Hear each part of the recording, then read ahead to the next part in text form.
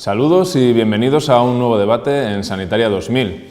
Este mes de marzo entró en vigor la nueva ley de contratación que regula los concursos públicos, una ley que fue aprobada el pasado verano en el Congreso de los Diputados. Esta ley tiene un impacto directo en el sector sanitario porque es la que va a regular la adjudicación de medicamentos, servicios y suministros. Por lo tanto, hoy en Redacción Médica, en Sanitaria 2000, queremos arrojar un poco de luz sobre esta ley de contratación. Vamos a llevar a cabo una aproximación didáctica sobre los cambios que esta ley impone en respecto al anterior sistema, y también vamos a llevar a cabo una valoración sobre qué aspectos se mejoran, qué dificultades hay que sobrellevar ahora, y también vamos a valorar los retos a los que se enfrentan los directivos de gestión, que son esas personas que llevan meses preparándose para aplicar esta ley correctamente.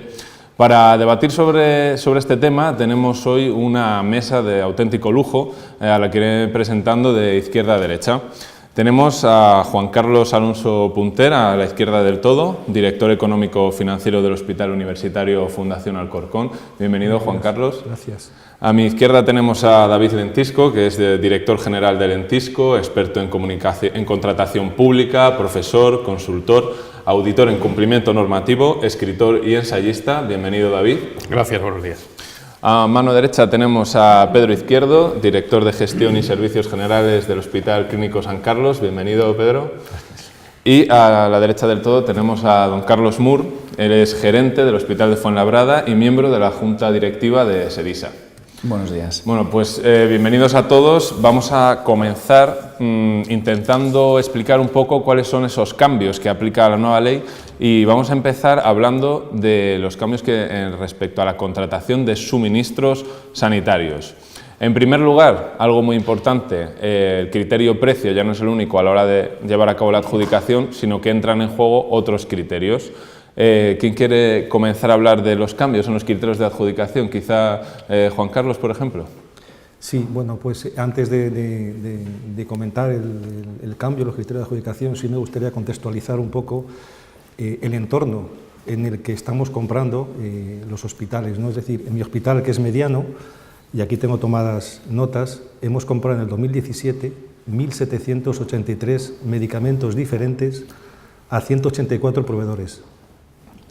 Y hemos comprado casi 7.000 productos diferentes, no medicamentos, a 345 proveedores. Es decir, estamos trabajando en un entorno con un número de posiciones de compra tremendamente elevadas, muy diferentes. Compramos desde una resonancia a una gasa, hacemos una obra, contratamos servicios jurídicos, en fin, contratamos cosas muy diferentes a proveedores muy diferentes que van desde el tendero de la esquina a grandes multinacionales. Por lo tanto, el cuadrar todo esto con la herramienta de contratación se antoja realmente complicado, ¿no? Eso por una parte. Por otra parte, estamos en un entorno en el sector público, además, de cada vez mayor litigiosidad. Es decir, el entorno no es fácil porque la antigua ley, y luego lo hablaremos seguramente, la nueva ley, digamos, amplía las posibilidades de recurso, tanto en los motivos de recurso como en la cuantía. Es decir, antes, para poder recurrir un contrato tenía que ser de importe superior a 200.000 euros, y ahora a partir de 100.000 es recurrible, y además el recurso sigue siendo gratuito, es decir, para quien recurre. Por lo tanto, yo me temo que esto va a hacer que la contratación también se dificulte, ¿no?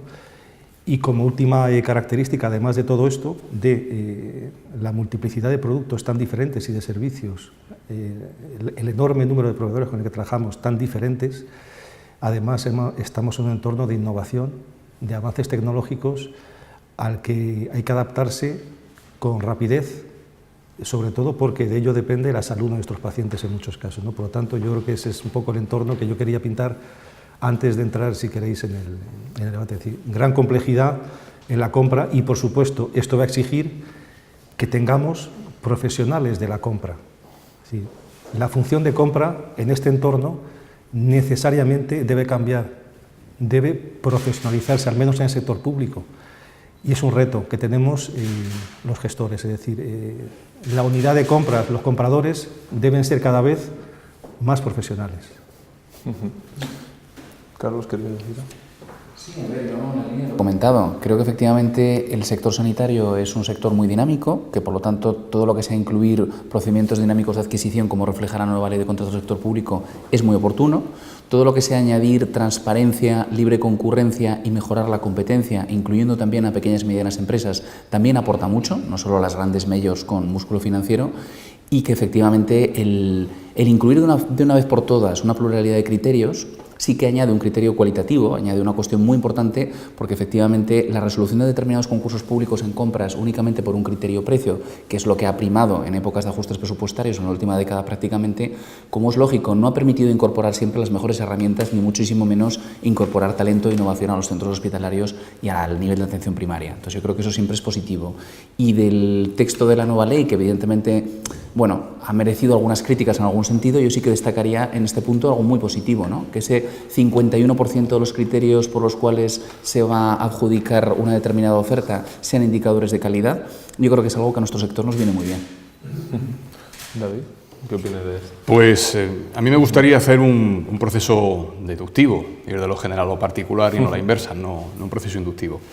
Muy importante, aparte por supuesto de todos los matices que mis compañeros están introduciendo y que están además al pie del cañón y conocen en primera línea, me parece dejar claro y sentar la base de qué quiere la norma, es decir, cuál es realmente el fundamento de la norma, ¿no? Porque si conocemos el espíritu de la norma, no nos quedaremos simplemente en su literalidad.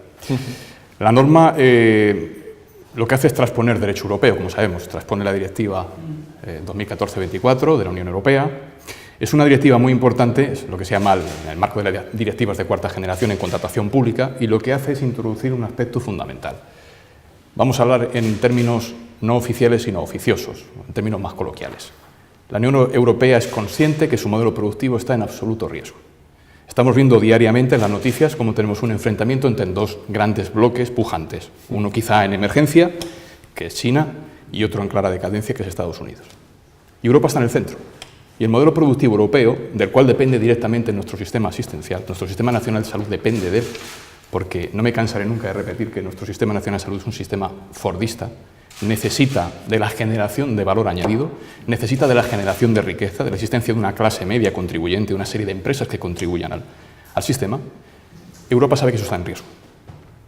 ¿Cuál es la única oportunidad que le queda a Europa en esta guerra? La calidad. Jugar la baza de la calidad.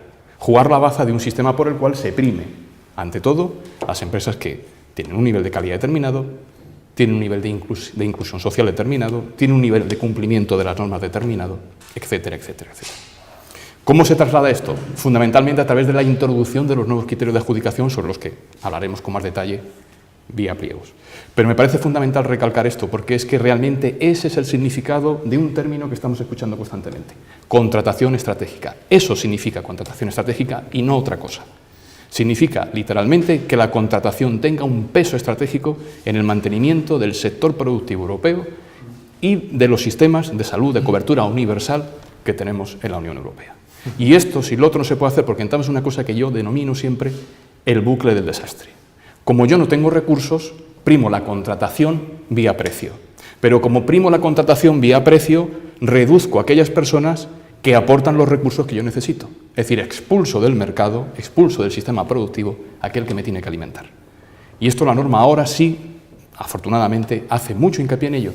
No solamente vía en el criterio, como bien decía Carlos, de la relación calidad-precio, que ya hablaremos más adelante, es indisoluble. Relación calidad-precio quiere decir calidad-precio, no calidad por un lado, precio por otro, van de la mano, sino que introduce una cosa fundamental: criterios de selección del contratista, basado en su nivel de cumplimiento con las normas, compliance, su nivel de calidad, su nivel de compromiso con el medio ambiente, su nivel de compromiso con la responsabilidad social. Se llaman etiquetas, están en el artículo 127 de la norma y van a ser muy importantes desde el punto de vista subjetivo.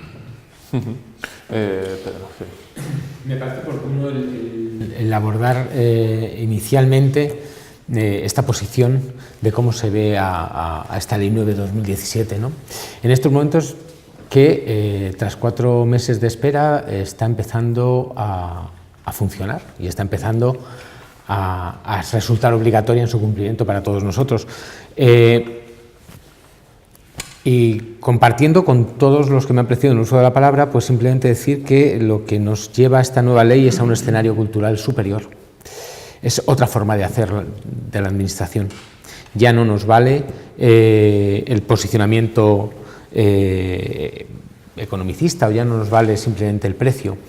Realmente hay que ser conscientes de que en los hospitales compramos de todo, pero casi todos compramos de lo mismo. Por lo tanto, esto potencia y anima a buscar realmente profesionalización en la metodología de la compra y posiblemente racionalizar, como también aporta y dice y profundiza la ley, racionalizar en modelos dinámicos, sistemas dinámicos de adquisición, acuerdos marco para servicios seguramente, y aspectos que nos faciliten lo normal, lo cotidiano, lo corriente. Y dejamos, eso sí, para las especificidades de cada uno de los centros, algunas pequeñas cosas que realmente es en lo que podríamos desarrollar.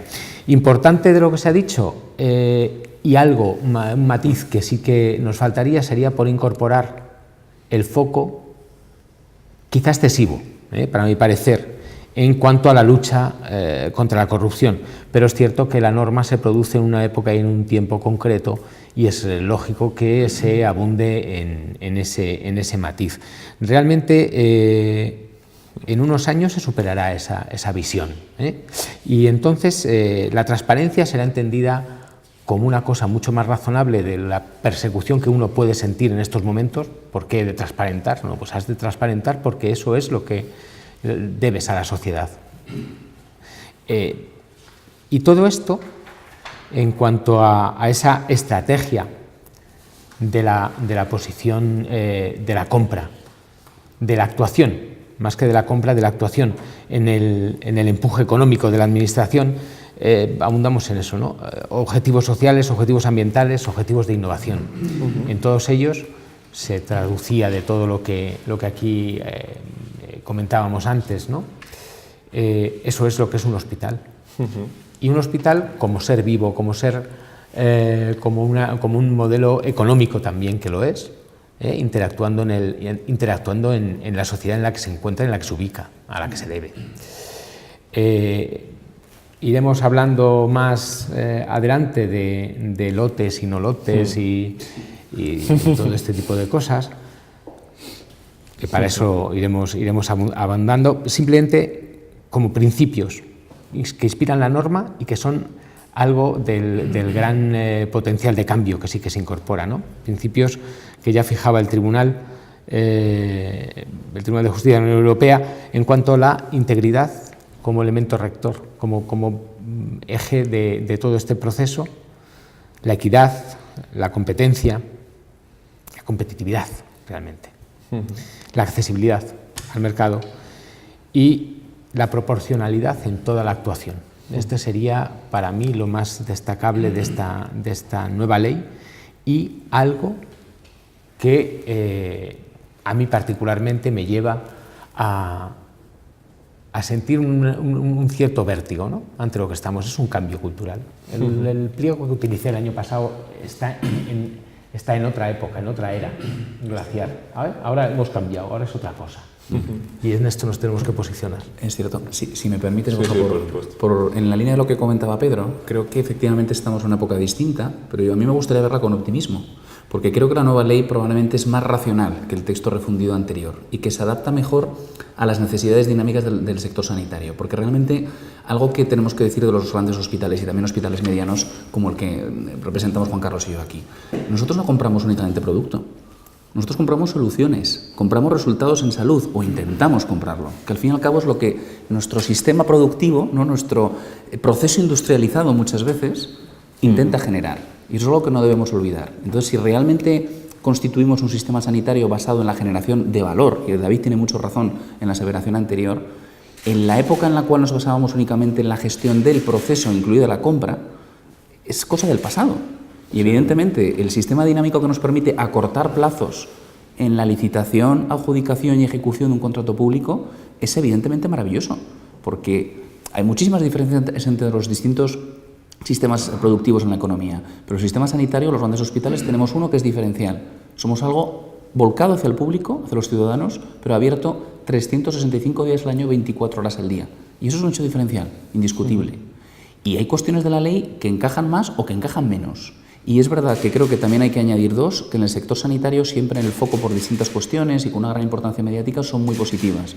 Me refiero al artículo 63 que regula el perfil del contratante con la adecuada transparencia y el artículo 64 que creo que es fundamental para acabar con muchísimas habladurías y muchísimas cuestiones del pasado. Es decir, una lucha clara contra el fraude, contra la corrupción en las adjudicaciones de contratos públicos en sanidad. Entonces, lo digo porque siempre la noticia que ha envuelto en sanidad la nueva ley de contratos se ha centrado mucho en los contratos menores. Y evidentemente sí, ese puede ser un hándicap, puede ser una cuestión negativa de la nueva ley, pero hay muchas otras positivas que conviene que hablemos. Bueno, muy bien, hemos hecho... Sí, sí, adelante, Juan Carlos. Por profundizar un poco en el tema que has comentado de relación calidad-precio, yo creo que lo importante de la ley es que aunque dice relación calidad-precio, en realidad está hablando de relación calidad-coste.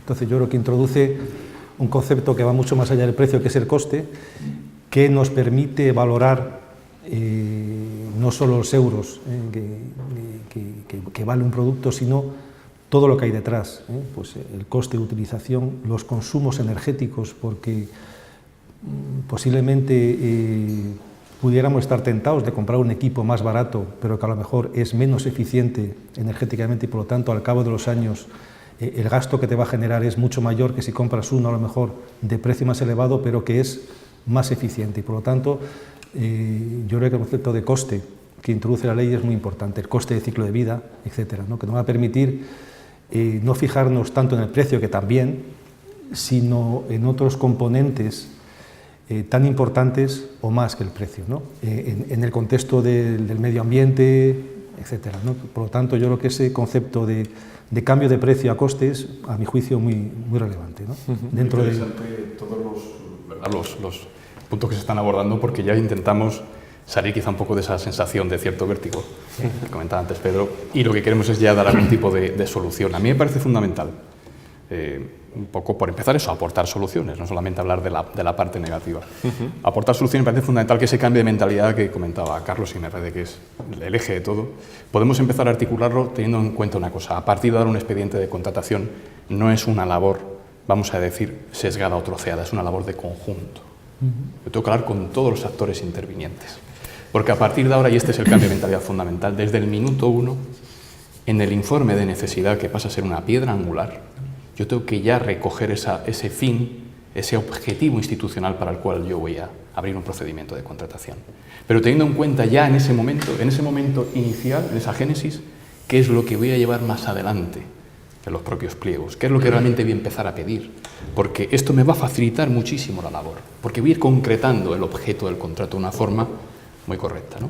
Y vamos a efectivamente a poder utilizar muchas herramientas que la ley pone a nuestra disposición. Hacía referencia, por ejemplo, Carlos, al tema de los sistemas dinámicos. Evidentemente, la ventaja que tiene la norma es que tiene suficientes herramientas para trabajar. Si tenemos claro el objetivo, vamos a encontrar una herramienta seguro, porque hay muchos procedimientos de adjudicación. Sí. Algunos que están mucho más vinculados, evidentemente, en cuestiones más económicas, donde tenemos servicios o sobre todo suministros de uso corriente, en los cuales nos podemos perfectamente pues, hacer valer a través de un sistema dinámico de adquisición, una subasta electrónica, un acuerdo marco. Es decir, tenemos muchos elementos en los que trabajar. Muy importante el principio de integridad que está en el artículo 1. Es que la transparencia sin integridad, yo lo llamo a eso transparencia jacobina. Usted con quién ha comido, usted dónde ha estado, usted qué ha hecho. Oiga, eso no sirve absolutamente para nada, eso no traslada ningún tipo de confianza. La integridad, que quizá el legislador, incluso cuando introdujo el principio, no era del todo consciente de lo que hacía, la integridad no alude a un procedimiento, la integridad alude a los intervinientes. No es íntegro el proceso, es íntegro quien está en el proceso. Y la integridad, ¿quién alude? Lógicamente, al órgano de adjudicación y, por supuesto, al agente económico que quiere contratar. Y es fundamental, es transversal a toda la norma. Insisto en la necesidad de que el informe de necesidad y la motivación de todo lo que hagamos quede plasmada y, como muy bien decía además mi compañero, el coste, eficacia, es el primo hermano de la relación calidad-precio. Ahí lo tenemos siempre como un criterio auxiliar que nos va a ayudar mucho a la hora de determinar efectivamente cómo mejor ponderar y cómo mejor determinar estos criterios, y aparte lo tenemos con una cosa muy positiva, es que la propia norma en el artículo 148 lo recoge, por lo tanto no está huérfano, ¿verdad?, de regulación. en esto mismo, ¿no? Realmente no puede verse la ley fuera de lo que es el sistema entero. Y el sistema entero arranca desde un momento incluso previo, y así lo dice el artículo 28.4 cuando habla de que hay que planificar, la planificación. Ese es el primer vector del cambio. Cuando uno se pone y piensa qué voy a comprar durante este año, al que viene, qué, cómo, cuánto, y todo esto has de publicarlo desde ese primer momento. Luego ya requiere un ejercicio de profesionalización grande, de madurez. Esta ley realmente lo que nos empuja es a madurar, a crecer. Y en sanidad todo esto es además especialmente fácil de planificar, por más que estemos en innovación. Pero es así, sabemos básicamente qué actividades vamos a desarrollar durante el año que viene, sin duda. Incluso sabemos, porque también están ahí, los avances que vienen en innovación. Y lo podemos incorporar y lo podemos pedir. Y con esto habremos ganado tiempo a la hora de acceder al mercado y decirle, quiero en 15 días que me traiga usted una propuesta de compra de algo que además incorpore innovación, como te pide la ley te dice que valores cosas de este estilo. Pero para eso no te valen 15 días, para esto habrás de decirse un año antes, ¿no? Decirle, deme tiempo a que prepare algo innovador.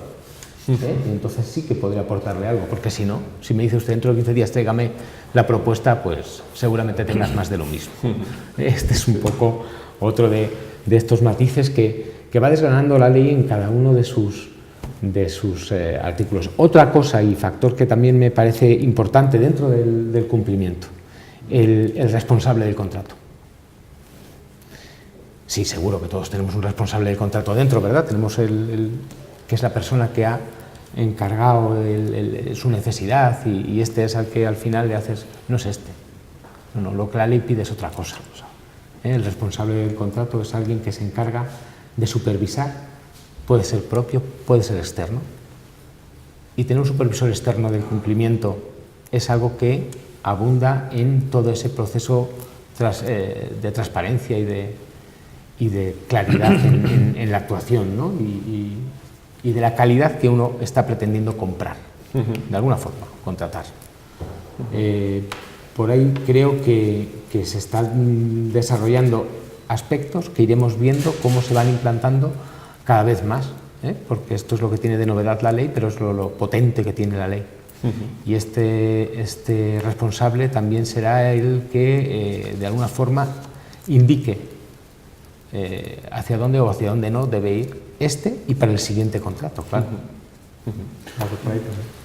Bueno,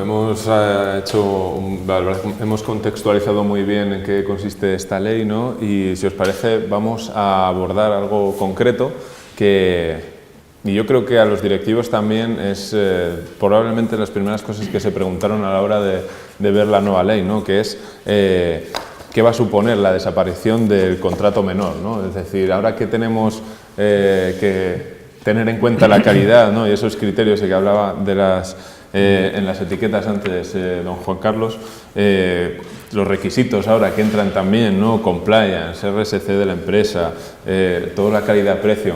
¿Cómo va a afectar la desaparición del contrato menor y la entrada de estos nuevos criterios para el día a día, para la dinámica de un hospital? Juan Carlos, ¿quieres empezar tú? Bueno, en realidad el contrato menor no desaparece, digamos que cambia en algunos aspectos con respecto a la ley vigente hasta ahora, ¿no?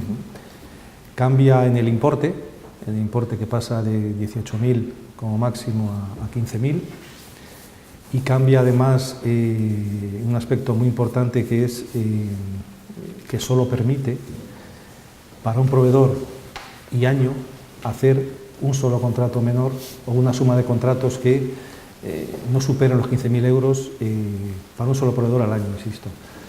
Esa limitación va a condicionar fuertemente la gestión de los hospitales en los próximos meses y años, ¿no? Porque digamos que el contrato menor con la ley anterior se utilizaba de manera generosa, pero en un porcentaje muy alto esos contratos menores con la ley antigua eran correctos, es decir, eran suministros comprados en muchas ocasiones al mismo proveedor, pero que cumplían los requisitos de la anterior ley, es decir, no había ningún problema, digamos, estaban dentro de la norma. Esto hace que tengamos que reorientar por completo todo ese porcentaje tan grande de compras en contrato menor que tenemos y que teníamos hacia otras figuras. Básicamente habrá que ir hacia el procedimiento muy simplificado, o incluso a acuerdos marco que nos permitan a nivel de servicio de salud poder tener un paraguas administrativo sobre el que los hospitales podamos comprar, ¿no? Pero bueno, yo creo que el cambio en el contrato menor es muy relevante porque era un instrumento, es un instrumento muy utilizado por su agilidad y por las propias características del suministro, es decir, muchos suministros, muchos productos no llegan al cabo del año a un importe de 18.000 euros o de 15.000 en este caso, y por lo tanto la utilización, insisto, del contrato menor con la ley anterior y con la actual es perfectamente legal. Lo que pasa es que la limitación a un solo contrato por proveedor pues, va a hacer que realmente tengamos que reorientar eso hacia procedimientos abiertos que permitan una concurrencia, obviamente, ¿no? En eso estábamos, ¿no? Y en eso arranco de donde arrancaba en la anterior ocasión. Esto no es más que planificar. Nos tirábamos al contrato menor porque era la fórmula más simple para salir del paso. Sí. Pero un ejercicio de planificación te lleva a otra dimensión, te lleva a otro escenario, donde tienes sistemas variados, como es verdad, y la ley, por más que, claro, pero tampoco es en esto ni siquiera tan novedosa la ley. La ley lo único que ha hecho ha sido arrastrar fórmulas que ya había. Lo que realmente varía es la filosofía. Eso es. ¿Se demoniza el contrato menor? No se demoniza. Ya estaba demonizado más antes. ¿Por qué? Porque era más ocultista. Ahora no. Si ahora el contrato menor hay que publicitarlo, pues claro, cada 3 meses voy a tener que decir que. Claro. Por lo tanto, de alguna forma, aquello que sí que es menor y que vamos a gestionar por contrato menor, los pondremos con absoluta naturalidad. Ahora no. Ahora, ¿cuánto? La gran pregunta, ¿no? ¿Cuántas líneas te salen a ti de contrato menor? ¿Qué? Todos, Era como una batalla, un sinsentido. Realmente hay que utilizar las herramientas para lo que están y para lo que son, absolutamente legales, absolutamente legales. Pero eso digo, se corrige, sí, con la planificación que nos exige la norma, nada más. Es que, de hecho, si me permites, la planificación es, vamos a decir, un poco el origen de la racionalización. Porque hay una racionalización técnica de la contratación, porque debe haber una planificación. Cuando yo tengo un suministro de uso corriente, puedo perfectamente planificar, porque conozco más o menos un poco cuáles son las inercias en mis necesidades. Por lo tanto, a través de esa vía voy a encontrar seguro alguna herramienta que de alguna forma venga a suplir. ¿Genera un cierto vacío? Sí, lógicamente lo genera. ¿Por qué? Porque durante muchos años se han utilizado estas herramientas y, por lo tanto, ahí vamos a decir una serie de procedimientos no escritos a los cuales es muy fácil acudir y que al desaparecer, pues lógicamente generan ese cierto vacío, esa cierta ansiedad. Pero entiendo que el contrato menor, primero me gustaría aclarar una cosa, porque hay una cierta confusión con el tema del objeto, si el objeto es distinto, el espíritu de la norma es claro. El contrato menor es un contrato con 2 límites, objetivo y subjetivo. Objetivo por cuantía, subjetivo por contratista. Eso de que, bueno, pero si son distintos los objetos, no empecemos a falsear la ley apenas ha nacido. El espíritu de la norma es claro, el contrato menor sirve para eso, punto. Ahora, si yo tengo que hacer una serie de compras recurrentes, ¿qué es lo que voy a tener que hacer? Pues acudir a un sistema, por ejemplo, dinámico de adquisición, que es tan rápido, tan efectivo, como el menor, tan simple, que me va a permitir acudir a la compra menor sin ningún problema. Y que no un acuerdo marco, en el que yo establezco previamente cuáles son los criterios. El acuerdo marco también es una herramienta que es perfectamente compatible con lo que antes se hacía a través de contratos menores. Claro. Sí, pero nos gustaba lo del sistema dinámico de adquisición, sí, porque además te va a permitir que durante todo ese tiempo del sistema, de duración del sistema, el plazo tasado que tiene, pero vas a poder incluso incorporar innovaciones que se vayan produciendo durante esos años. Claro. Esto, hay un cierto límite, efectivamente, en cuanto a efectos luego de coste, pero se puede hacer. Pero ahí la ley lo va a permitir, ¿no? Por lo tanto, herramientas hay. Simplemente hay que utilizarlas para lo que son. Yo en eso totalmente de acuerdo.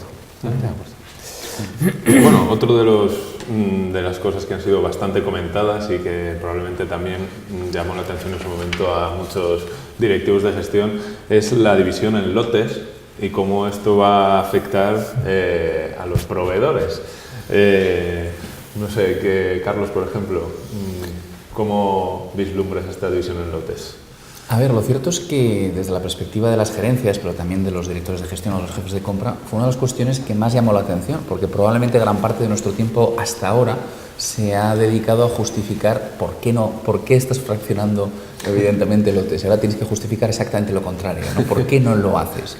Hombre, yo creo que, evidentemente, David es mucho más experto en el contenido jurídico de la ley, pero yo creo que lo que está en el trasfondo de este articulado es uno de los objetivos fundamentales de la directiva comunitaria y de su transposición, es decir, el dinamizar el mercado, ¿no? No olvidemos que el sector sanitario es, evidentemente, un sector muy dinámico para la economía. Entonces, el permitir que accedan pequeñas y medianas empresas a determinados lotes en contratación pública es también un poco de nuestra responsabilidad social corporativa, si queremos verlo así, ¿no? A la hora de buscar otro tipo de contratistas. Yo creo que ese es el objetivo fundamental y, por otra parte, creo que desde los centros sanitarios tenemos los adecuados sistemas de control también para manejarlo con distintos contratistas, sobre todo en servicios generales o en otro tipo de cuestiones, ¿no? David, sí, experto. Totalmente de acuerdo. Carlos lo ha dicho muy bien. El fin último de la división en lotes es básicamente dar entrada a la contratación pública a la pequeña y mediana empresa. Decía al principio, de verdad, el debate, la conversación, cuando comenzábamos a hablar, por qué había un trasfondo estratégico. Es que tenemos que tener en cuenta que el 19% del PIB de media de la Unión Europea está en la contratación pública. Es decir, es que el sector público genera una actividad económica impresionante y, por lo tanto, aquí la Unión Europea se ve perfectamente, por eso insisto en que es estratégico, que canalizar debidamente los esfuerzos del sector público es muy importante, ¿no?, para los resultados finales de nuestro sector productivo. Pero la cuestión es que el legislador a veces es un poco, no sé cómo decirlo, incoherente, quizás sería la expresión. La división en lotes es una muy buena idea, pero si acto seguido introduzco la oferta integradora, de alguna forma me lo cargo. Porque, claro, la oferta integradora, al estar permitida, pues ¿qué hace? Que el potente, el que tiene músculo financiero, como decía Carlos, pues me lleva todos los lotes. Entonces tenemos que ser muy conscientes de que si queremos utilizar bien la herramienta, insisto, informe de necesidad. Desde el minuto uno dejemos claro que vamos a dividir en lotes y ya veremos qué tipo de oferta integradora es la que vamos a poder admitir o no, para que eso tenga verdadera eficacia. Antes, un poco fuera de micrófono y de cámara, nos reíamos un poco aquí los presentes porque decíamos, bueno, y todo esto de la contratación estratégica está muy bien, pero ¿a quién le va a tocar? Pues a la mesogestión. Le va a tocar a los señores que están aquí sentados. Son ellos los que van a tener que canalizar debidamente las herramientas que la ley ha dispuesto, porque son decisiones que hay que tomar en ese punto concreto. Son difíciles, evidentemente, son muy difíciles.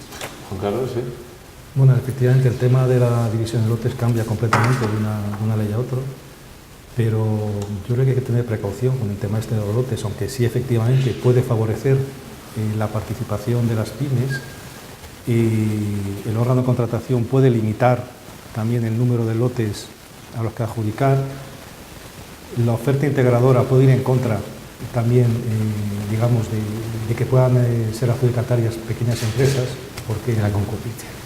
Y además, yo no siempre estoy de acuerdo con la división en lotes, es decir, hay muchas prestaciones, sobre todo de servicios y algunos suministros, en las cuales la división en lotes no es funcional, e incluso puede ser ineficiente. Entonces, por lo tanto, división en lotes sí, por supuesto, para favorecer lo que hemos hablado, ¿no? La participación de las pymes, pero digamos con precaución, ¿no? Porque yo creo que no siempre es conveniente la división en lotes por el propio objeto del contrato y por la funcionalidad de lo que estamos comprando, ya sea un suministro o un servicio, y también precaución porque la oferta integradora puede, digamos, restar virtualidad a la participación de las pymes al poder, digamos, las grandes corporaciones. En principio... Hay elementos, si me permites, por un pequeño apunte, además muy importantes a tener en cuenta con el tema de la división en lotes. Me viene a la mente, por ejemplo, el tema de los biosimilares. Claro. Es decir, ¿cómo divido yo en lotes? ¿Qué criterios es el que yo voy a tener en cuenta? Por ejemplo, en el caso de los biosimilares, la eterna disputa. ¿Por la finalidad terapéutica o por el principio activo? Ya tenemos resoluciones que nos indican debe ser principio activo, pero ya sabemos lo que eso significa. Que ese principio activo normalmente muchas veces está muy ligado no a una marca comercial, está ligado a procesos en los que está de por medio la exclusividad. Entonces esto complica también muchas veces la división en lotes, ¿no? Hay aspectos prácticos que lo van a hacer difícil, pero ya hay herramientas suficientes, insisto, incluso hasta ya determinados pronunciamientos que nos van a ayudar a poder. A esa misma iba en el comentario, ¿no? Es decir, cómo la división en lotes tiene ese interés, pero es cierto que el sector, estamos hablando del sector salud, y en el sector salud el proveedor suele ser un proveedor de músculo. Por lo tanto, estamos además intentando también organizarnos de otra forma y estamos intentando comprar por procesos, ¿verdad? Nos resulta interesante pensar cómo un proveedor nos puede proveer para todo un proceso asistencial. La fractura de cadera. Es un proveedor que te provea de todo eso, de todo el proceso. Y eso como choca con esto, pero es normal. La ley es una ley para toda la administración. Por lo tanto, tienes un entendimiento específico para determinar según qué cosas. Y a veces sí echamos de menos esa especialidad que significa el sector salud. Y si fuese bueno o no tener una norma propia. Para el sector salud. Para el sector salud. El tema de la división de lotes también, y al hilo de lo que decía en mi primera intervención sobre el número de proveedores con los que trabajamos, en nuestro caso un hospital mediano, más de 500 proveedores, pero luego se cumple estrictamente la regla del 80-20, es decir, hay una fuerte concentración, o sea, de esos 500 proveedores, un 20% de ellos nos venden más del 80%. Es decir, que en ese entorno de fuerte concentración de proveedores, bueno, pues la división en lotes se va a abordar obviamente porque es un requisito legal, pero que el mercado no va por esa línea. Es decir, hay una fuerte concentración, como decía Pedro, de grandes proveedores que venden mucho a los hospitales y muy concentrados, ¿no?